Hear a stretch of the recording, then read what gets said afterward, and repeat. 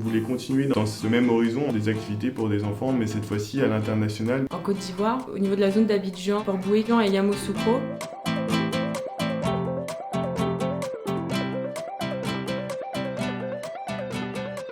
Alors moi c'est Clémentine Zorton-Brooks, j'ai 18 ans mais je vais sur mes 19 ans. Je fais des études actuellement à Paris dans double licence, archéologie, histoire de l'art, sciences de l'homme, anthropologie, ethnologie. Et je suis scout depuis que je suis en 5e. Moi c'est Corentin Cordel, actuellement je suis en 2e année de médecine, j'ai 20 ans et je suis scout depuis que j'ai l'âge de 7 ans. Depuis 2 ans je fais partie de l'équipe des Sapins Verts.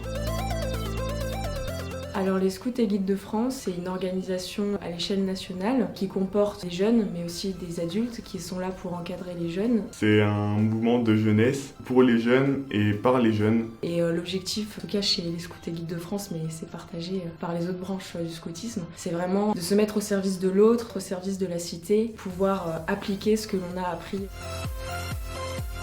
Les compagnons, il s'agit de la fin, toute la jeunesse en fait des scouts, c'est le dernier stade, c'est quand on a à peu près 17-21. Les compagnons ont pour objectif de réaliser un projet solidaire à l'échelle internationale. On s'appelle du coup l'équipe des Sapins Verts. À la base c'était les 7 Sapins Verts parce qu'on était une équipe de 7. Et finalement à la fin de la première année, on s'est retrouvé plus qu'à 6. Sapins Verts parce que d'abord il y a la couleur de la chemise comme vous pouvez le voir qui est verte. Et aussi comme on est tous Vosgiens et que le sapin représentait bien la région d'où l'on vient.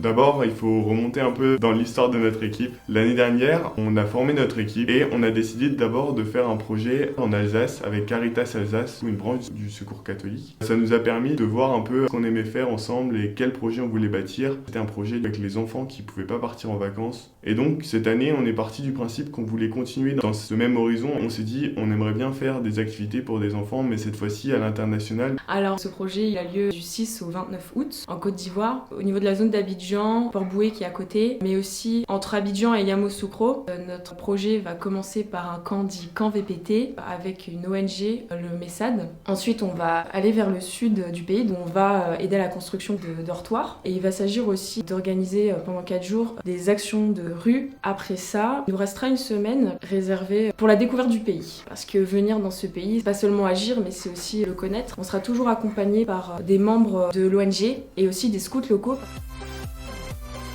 C'est que notre projet ait vraiment un impact positif sur les personnes qu'on va rencontrer et sur nous. J'ai pas vraiment d'attente précise dans le sens où je verrai bien comment ça se passera et de toute façon en fait j'ai un avis très positif sur ce qui va se passer. Forcément, je pense qu'il y a quelque sorte un cliché en étant français, partant en Afrique. On pense pouvoir beaucoup aider. Je pense qu'on a des choses à apporter et on a aussi beaucoup à recevoir. Les personnes qu'on va rencontrer là-bas, les scouts, les enfants, les membres de l'association vont nous apporter d'autres choses, un nouveau regard aussi sur le monde.